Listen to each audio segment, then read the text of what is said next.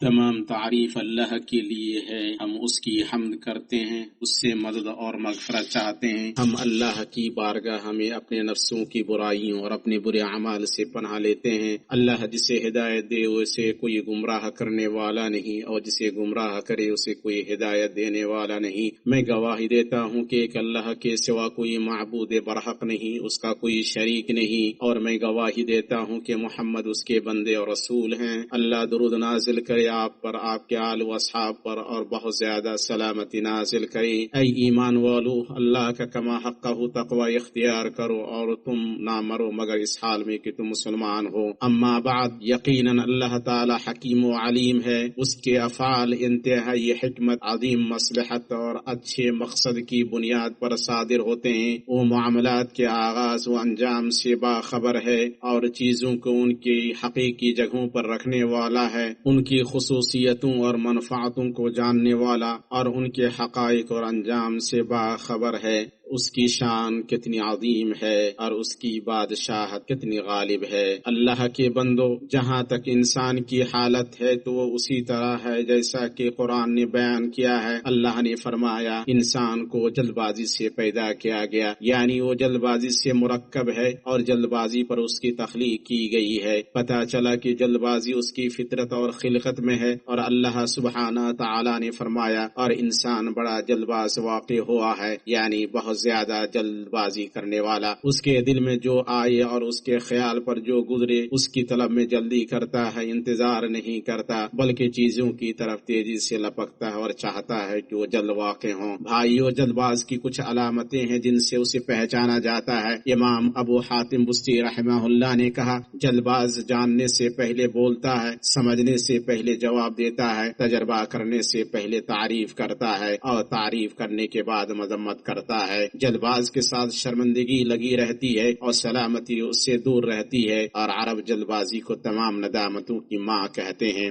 مسلمانوں، مذموم جلد بازی کی بہت ساری شکلیں اور متعدد مثالیں ہیں۔ ان میں سے یہ ہے کہ انسان ضرر رسا چیز کو مانگنے میں عجلت سے کام لے، جس طرح وہ بھلائی طلب کرنے میں عجلت سے کام لیتا ہے۔ اللہ تعالیٰ نے فرمایا، اور انسان برائی کی دعائیں مانگنے لگتا ہے بالکل اس کی اپنی بھلائی کی دعا کی طرح، انسان ہے ہی بڑا جلد باز۔ ابن کثیر رحمہ اللہ نے کہا، اللہ تعالیٰ خبر دے رہا ہے کہ انسان جلد بازی کرتا ہے اور وہ بسا اوقات اپنے لیے یا اپنی اولاد کے لیے، اپنے مال کے لیے بد دعا کرتا ہے۔ برائی کی دعا یعنی موت یا ہلاکت، تباہی اور لعنت وغیرہ کی دعا، اگر اس کا رب اس کی دعا قبول کر لے تو وہ اپنی دعا کی پاداش میں ہلاک ہو جائے، جیسا کہ اللہ تعالیٰ نے فرمایا، اور اگر اللہ لوگوں کی برائی میں جلدی کرے جس طرح لوگ طلب خیر میں جلدی کرتے ہیں تو ان کی میعاد پوری ہو چکی ہوتی۔ اور مذموم عجلت میں سے یہ ہے کہ بندہ تحقیق کرنے سے پہلے دو فریق کے درمیان فیصلہ کرنے میں جلدی کرے۔ نبی صلی اللہ علیہ وسلم نے جب علی رضی اللہ تعالی عنہ کو یمن قاضی بنا کر بھیجا تو ان کو وصیت کی، جب تمہارے سامنے دو فریق بیٹھے تو فیصلہ کرنے میں جلدی نہ کرو، یہاں تک کہ دوسرے فریق کی بات اسی طرح سن لو جیسے پہلی کی سنی، کیونکہ یہ اس بات کے زیادہ لائق ہے کہ فیصلہ تمہارے لیے واضح ہو جائے۔ اور مضمون اجرت میں سے ہے اللہ کی طرف دعوت کے نتائج میں اور محنت اور کوشش کے ثمرات کو دیکھنے میں جلدی کرنا۔ اگر یہ دیکھے کہ لوگ قبول نہیں کر رہے ہیں تو جھنجلا جائے اور انہیں دعوت دینا چھوڑ دے، اور بس اوقات وہ ان کے لیے بد دعا کر دیتا ہے اور ان کی جلد ہلاکت کا خواہاں ہوتا ہے۔ قتادہ رحمہ اللہ نے اللہ تعالیٰ کے فرمان اور مچھلی والے کی طرح نہ ہو جاؤ کی تفسیر میں فرمایا، جلدی نہ کرو جیسے انہوں نے جلدی کی، اور غصہ نہ کرو جیسے انہوں نے غصہ کیا۔ جلد بازی میں سے یہ ہے کہ مؤمن نصرت کی آمد میں دیر محسوس کرے۔ اللہ تعالیٰ نے فرمایا، کیا تم یہ گمان کیے بیٹھی ہو کہ جنت میں چلے جاؤ گے، حالانکہ اب تک تم پر وہ حالات نہیں آئے جو تم سے پہلے لوگوں پر آئے تھے۔ انہیں بیماریاں اور مصیبتیں پہنچی اور وہ یہاں تک جھنجھوڑے گئے کہ رسول اور اس کے ساتھ کے ایمان والے کہنے لگے کہ اللہ کی مدد کب آئے گی؟ سنو، اللہ کی مدد قریب ہی ہے۔ قرطبی رحمہ اللہ نے کہا، ان کی پریشانی اتنی اتنی بڑھ گئی کہ ان کو مدد کے آنے میں دیر محسوس ہونے لگی۔ چنانچہ اللہ تعالیٰ نے فرمایا سن رکھو کہ اللہ کی مدد قریب ہی ہے، اور رسول کا یہ کہنا جلد مدد کی طلب کی بنا پر ہے، شک اور شبہ کی بنا پر نہیں۔ اسی طرح جلد بازی میں سے یہ ہے کہ مومن دشمنوں پر عذاب کے واقع ہونے اور سزا کے آنے میں دیر محسوس کرے۔ اللہ تعالیٰ نے فرمایا تم ویسے ہی صبر کرو جیسے اولو العزم یعنی بلند ہمت رسولوں نے صبر کیا، اور ان کے لیے جلد بازی نہ کرو۔ بقائی رحمہ اللہ نے کہا جب اللہ تعالیٰ نے آپ کو صبر کا حکم دیا جو کہ اعلیٰ ترین فضائل میں سے ہے، تو اس نے آپ کو جلد بازی سے منع فرمایا جو کہ رذائل کی جڑوں میں سے ہے، تاکہ کامیابی اور نصرت کی ضامن صبر کی فضیلت سے آراستہ ہونا درست قرار پائے۔ اور اس سے زیادہ سنگین یہ ہے کہ کفار جھٹلاتے ہوئے، انکار اور ہر دھرمی کرتے ہوئے اور دور سمجھتے ہوئے اپنے اوپر عذاب جلدی طلب کریں۔ اللہ تعالیٰ نے فرمایا اور یہ لوگ تم سے عذاب کے لیے جلدی کر رہے ہیں، حالانکہ اللہ اپنا وعدہ ہرگز نہیں ٹالے گا۔ اور جلد بازی میں سے خبروں کو ان کی صحت کی تحقیق کرنے سے پہلے نقل کرنا اور افواہوں اور بے بنیاد باتوں کو پھیلانا ہے۔ اللہ تعالیٰ نے فرمایا اے مسلمانوں اگر تمہیں کوئی فاسق خبر دے تو تم اس کی اچھی طرح تحقیق کر لیا کرو، ایسا نہ ہو کہ نادانی میں کسی قوم کو ایذا پہنچا دو پھر اپنے کیے پر پشیمانی اٹھاؤ۔ اور اللہ تعالیٰ نے فرمایا جہاں انہیں کوئی خبر امن کی یا خوف کی ملی انہوں نے اسے مشہور کرنا شروع کر دیا، حالانکہ اگر یہ لوگ اسے رسول کے اور اپنے میں سے ایسی باتوں کی تہ تک پہنچنے والوں کے حوالے کر دیتے تو اس کی حقیقت وہ لوگ معلوم کر لیتے جو نتیجہ اخذ کرتے ہیں۔ اس باب میں اقوال اور کلام کو ان لوگوں کی طرف منسوب کرنے میں جلدی کرنا جو ان کے قائل نہیں ہیں، اور اس کی واضح ترین مثال رسول اللہ صلی اللہ علیہ وسلم کی طرف منسوب جھوٹی حدیثوں کو پھیلانا اور آپ کی طرف ان باتوں کو منسوب کرنا جو آپ نے کہی نہیں۔ قابل مذمت جلد بازی میں سے مسجد جاتے وقت نماز پانے کے لیے تیز قدموں سے چلنا ہے، خصوصاً جب امام رکوع سے تھوڑا پہلے رکوع میں ہو۔ اسی طرح نماز ادا کرنے میں جلدی کرنا، نہ اس کا رکوع مکمل کرے نہ سجدہ، اور نہ اس میں اطمینان و سکون اپنائے، اور اتنی تیزی سے نماز پڑھنا کہ رکن اطمینان میں خلل آئے، اس سے نماز باطل ہو جاتی ہے۔ نبی صلی اللہ علیہ وسلم نے خراب نماز پڑھنے والے سے فرمایا واپس جاؤ اور پھر نماز پڑھو، تم نے نماز نہیں پڑھی۔ اسی طرح اسے منافقین کی طرح نماز میں چونچ مارنے سے منع کیا گیا۔ نماز میں حرام جلد بازی میں سے امام سے سبقت لے جانا ہے۔ مقتدی سے مطلوب ہے کہ وہ اپنے امام کی پیروی کرے، نہ اس سے سبقت لے جائے اور نہ اس سے پیچھے رہے۔ آپ صلی اللہ علیہ وسلم نے فرمایا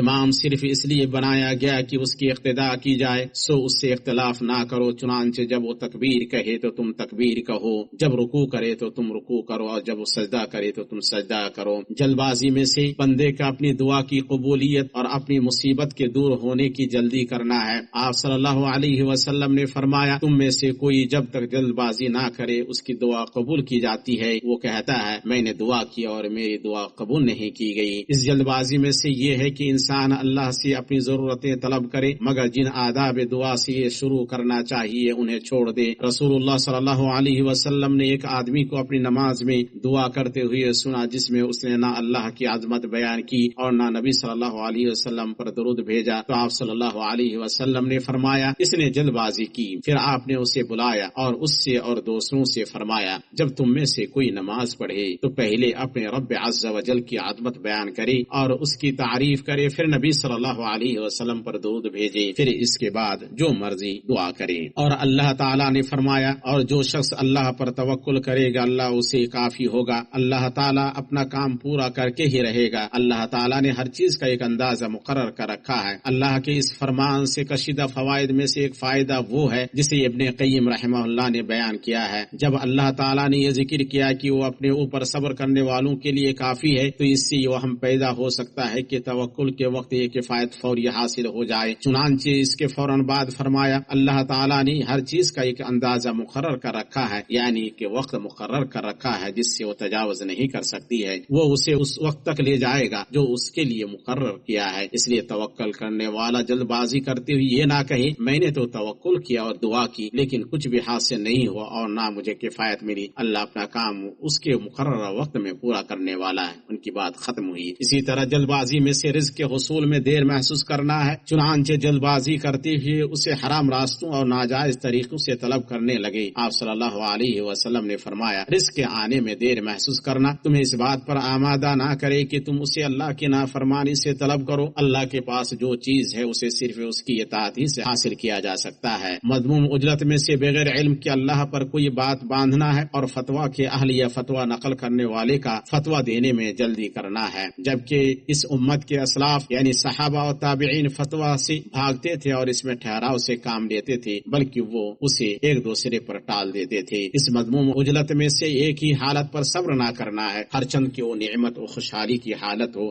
آدمی اس سے اکتا جائے اور ایک ایسی حالت کی طرف جانا چاہے جو پہلی حالت سے کمتر ہو اور کم تر چیز پر راضی ہو جائے۔ مذموم اجلت میں سے بحث و تحقیق سے پہلے افراد، اقوال، افعال، نیتوں اور مقاصد پر حکم لگانا ہے اور ثبوت و یقین سے پہلے مسلم بھائیوں سے بدگمانی رکھنی ہے، اور اسی میں سے جدید ٹیکنالوجی، سرچ انجن اور مصنوعی ذہانت کے پروگراموں کے نتائج پر اعتماد کرنا ہے، بغیر یہ دیکھے ہوئے کہ ان سے غلط اور گمراہ کن معلومات بھی نکل سکتی ہیں، اور اس سلسلے میں قابل اعتماد مصادر کی طرف رجوع نہ کرنا۔ مذموم اجلت میں سے قیامت کی نشانیوں، آخری زمانے کے واقعات اور بڑی لڑائیوں کو موجودہ حالت پر بالجزم منطبق کرنے میں جلد بازی کرنا ہے، اور مذموم اجلت میں سے بعد ان فیصلوں کے لینے میں جلد بازی کرنا جن میں ٹھہراؤ، تحقیق اور غور و فکر کی ضرورت ہوتی ہے، اور ذہنوں سے یہ چیز اوجھل نہیں ہونی چاہیے کہ استخارہ اور باہمی مشورہ ہر حکیمانہ اور کامیاب فیصلے کے بنیادی ارکان ہیں۔ مذموم اجلت میں سے معمولی سبب اور چھوٹی بات پر شوہر کا بیوی کو طلاق دینا اور بیوی کا شوہر سے خلا لینا ہے، اور بغیر غور و فکر، سنجیدگی اور انجام پر غور کیے علیحدہ ہونے کا فیصلہ لینے میں جلد بازی کرنا ہے۔ اس کے کتنے برے نتائج رونما ہوئے کہ گھر تباہ ہو گئی، خاندان ٹوٹ پھوٹ کے شکار ہوئے، بچے ضائع ہو گئے اور رشتہ داری ختم ہو گئی۔ اور اسی عجلت میں سے گاڑی چلانے میں جلد بازی اور تیز رفتاری سے کام لینا ہے، جس سے خوفناک حادثات رونما ہوتے ہیں اور جو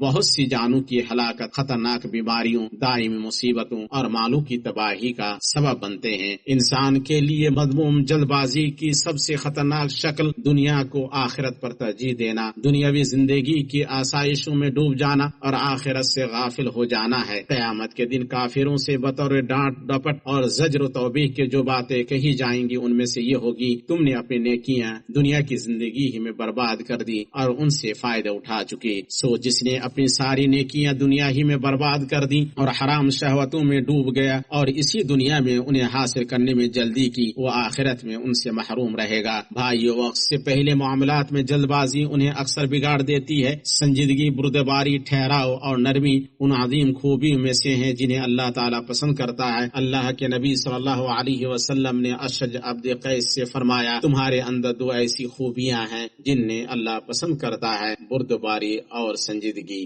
صبر، ٹھہراؤ اور غور و فکر پر نفس کی تربیت اللہ کے حکم سے گمراہی کے راستے میں پڑنے سے بچاتی ہے۔ امام ابن قیم رحمہ اللہ فرماتے ہیں، جب تم سنجیدگی اور نرمی کے اخلاق سے نکلتے ہو تو یا تو جلد بازی، غصہ اور تشدد کی طرف جاتے ہو یا پھر کوتاہی اور بربادی کی طرف۔ نرمی اور سنجیدگی ان دونوں کے بیچ ہے۔ اللہ مجھے اور آپ کو قرآن و سنت میں برکتوں سے نوازے، ان میں موجود آیات و حکمت سے فائدہ پہنچائے۔ میں یہ بات کہتا ہوں اور اپنے لیے اور آپ کے لیے اللہ سے مغفرت طلب کرتا ہوں، بے شک وہ بڑا بخشنے والا مہربان ہے۔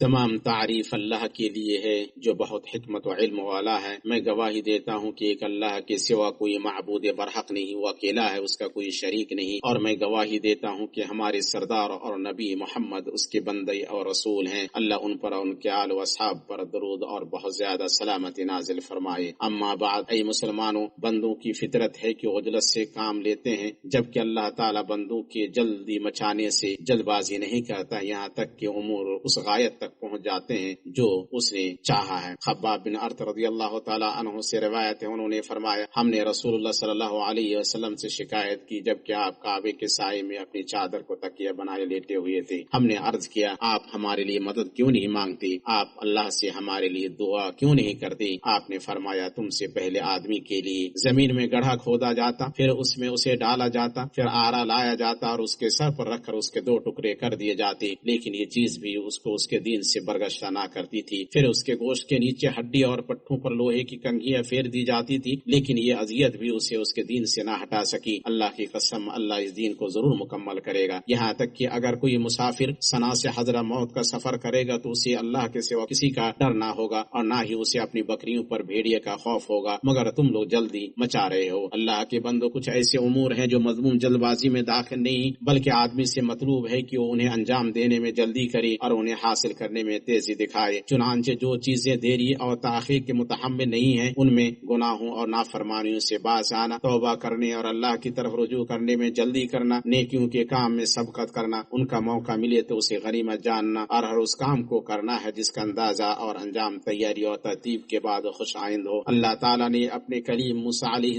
السلام کی بات کو نقل کرتے ہوئے فرمایا، اے میرے رب، میں نے تیری طرف آنے میں جلدی اس لیے کی تاکہ تو راضی ہو جائے. ابن قیم رحمہ اللہ فرماتے ہیں، آیت سے ظاہر ہے کہ موسیٰ علیہ السلام کی جلد بازی کا سبب اپنے رب کی رضا کو پانا ہے، اور رب کی رضا اس کے احکامات کی طرف جلدی اور سبقت کرنے میں ہے. بھائیوں، نیکیوں میں جلدی کرنا ایک قابل تعریف صفت ہے اور تمام انبیاء علیہ السلام کی پہچان ہے. اللہ تعالیٰ نے فرمایا، بے شک وہ لوگ نیکیوں میں جلدی کرتے تھے، اور آخرت کے عمل میں اصل اس میں جلدی اور سبقت کرنا، عبادت میں سستی نہ کرنا اور نیکی کے کام میں پیچھے نہ رہنا ہے. اللہ سبحانہ کا فرمان ہے، اپنے رب کی مغفرت کی طرف جلدی کرو، اور فرمایا اپنے رب کی مغفرت کی طرف دوڑو، اور فرمایا نیک کاموں میں سبقت کرو، اور فرمایا سبقت لے جانے والوں کو اس میں سبقت کرنی چاہیے. اور نبی صلی اللہ علیہ وسلم نے فرمایا، ٹھہراؤ ہر چیز میں بہتر ہے سوائے آخرت کے کام میں. اور علی رضی اللہ تعالی عنہ نے فرمایا، تین چیزوں کو مؤخر نہ کرو: نماز جب اس کا وقت ہو جائے، جنازہ جب وہ حاضر ہو جائے، اور غیر شادی شدہ عورت کی شادی جب اس کے جوڑ کا رشتہ مل جائے. اور حاتم اسم رحمہ اللہ سے روایت، وہ کہتے ہیں، کہا جاتا تھا کہ جلد بازی شیطان کی طرف سے ہے سوائے 5 چیزوں میں: جب یہ مہمان آ جائے تو اس کو کھانا کھلانا، میت کی تجہیز و تکفین میں جب وہ فوت ہو جائے، کنواری لڑکی کی شادی کرانا جب وہ بلوغت کو پہنچ جائے، قرض ادا کرنا جب اس کا وقت آ جائے، اور جب گناہ کرے تو اس سے توبہ کرنا. سنو اللہ کے بندو، درود و سلام بھیجو ہدیہ میں ملی رحمت اور عطیہ کی گئی نعمت پر، جیسا کہ تمہیں تمہارے رب عز و جل نے حکم دیا ہے. اللہ تعالیٰ نے فرمایا، بے شک اللہ اور اس کے فرشتے اس نبی پر درود بھیجتے ہیں. اے ایمان والو، تم بھی ان پر درود بھیجو اور خوب سلام بھی پڑھتے رہا کرو. اے اللہ، درود و سلام اور برکت نازل کر اپنے بندے اور رسول محمد پر، ان کے آل و تمام صحابہ پر. اے اللہ، اسلام اور مسلمانوں کو غلبہ عطا فرما، اور کفر و کافروں کو ذلیل و رسوا کر. اپنے موحد بندوں کی مدد کر، اپنے دشمنوں اور دین کے دشمنوں کو تباہ کر. ہمارے اس ملک اور مسلمانوں کے تمام ممالک کو امن و اطمینان کا گہوارہ بنا.